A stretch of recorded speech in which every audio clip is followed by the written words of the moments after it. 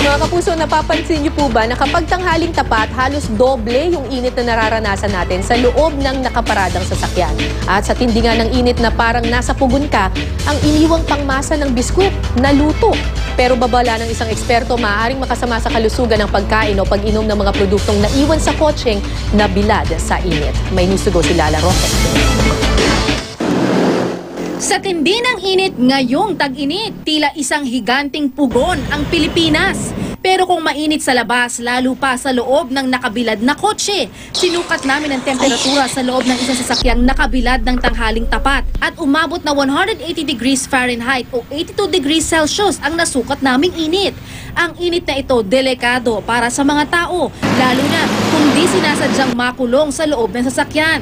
Nung nakaraang taon nga, 2 bata ang namatay mula sa dehydration ng makulong sa loob ng nakaparadang kotse.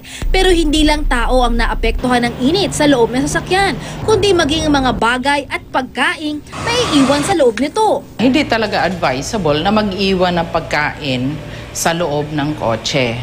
Kasi ang ating mga pagkain, ayan talaga ay hindi ginawa para ibilad. Dahil mistulang oven na nakabilad na sasakyan, sinubukan namin ang tindi ng init sa loob nito. Tanghaling tapat ng iwan namin ng masa na panggawa ng cookies sa dashboard ng kotse.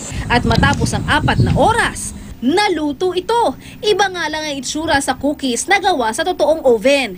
Pero huwag yang gayahin mga kapuso dahil sabi ng mga eksperto, maaari raw magkasakit kapag uminom o kumain ng mga produktong naiwan sa kotse, lalong-lalo na kung nabuksan na ang mga ito. Posibleng makaranas ng pananakit ng tiyan at diarrhea mula sa tinatawag na microbial growth sa tubig at iba pang inumin. Isa pang panganib ang chemical transfer o leaching. Tulad halimbawa ng mga bote ng mineral water na napabayaan sa loob ng sasakyan. Alam naman natin ang plastic at the end, kung 100 degrees yan, natutunaw siya. So, magli-leach talaga. Component ng plastic lilipat sa pagkain. Ay yung pagkain kakainin natin. Hindi raw agad mararamdaman ang epekto ng leaching, pero posible raw itong maging sanhi ng sakit sa kidney kapag madalas umiinom ng inuming kontaminado. Tapon mo na lang kaysa mailagay sa alanganin yung kung sino man yung mahal mo sa buhay yung kumakain. Lala Roque, GMA News.